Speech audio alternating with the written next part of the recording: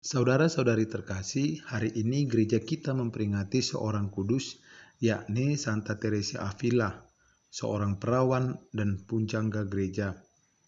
Kekudusan hidupnya lebih didalami ketika ia berusia 17 tahun, di mana Teresa memutuskan untuk hidup sebagai biarawati Karmel. Dia lahir pada tahun 1515. Sebelum masuk biara, dia senang membaca buku para kudus dan para martir. Hal ini menjadi salah satu ketertarikannya untuk memilih hidup sebagai biarawati. Dia juga senang dengan gaya hidup bertapa.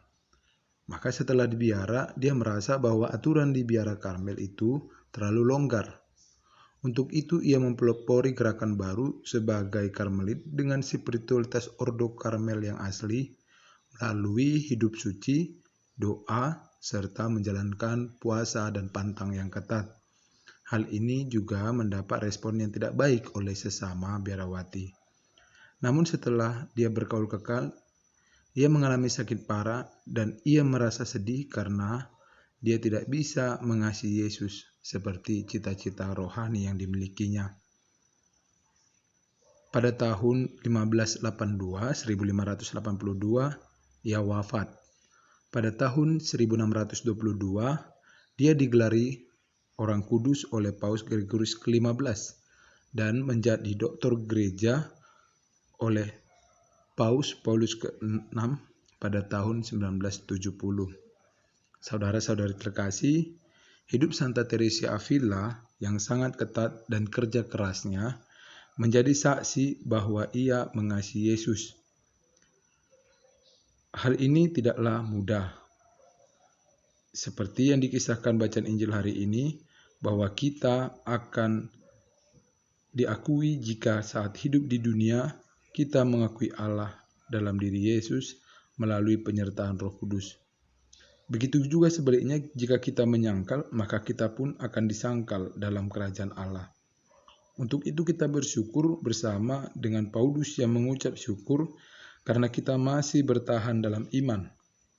Paulus mengatakan bahwa Kristuslah kepala kita yang akan membangkitkan orang mati dan masuk surga, seperti yang dikisahkan dalam bacaan pertama melalui suratnya kepada jemaat di Efesus.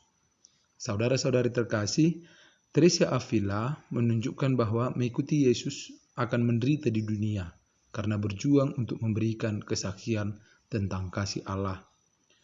Kesaksian tersebut sekarang ini dapat kita lakukan dengan berbuat baik walaupun dikhianati, berbuat benar walaupun tetap didiskriminasi. Dengan keadaan demikian, kita diajak untuk tetap bertahan sebagai bukti nyata pengakuan iman kita.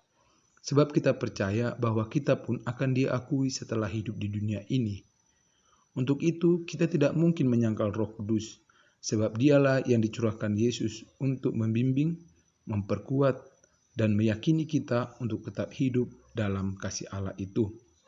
Untuk itu, kita pun berjuang untuk bertahan dalam iman, meski berhadapan dengan kenikmatan dan pemanjaan hidup di dunia yang sementara, sebagai kesaksian iman yang akan menyelamatkan kita. Amin.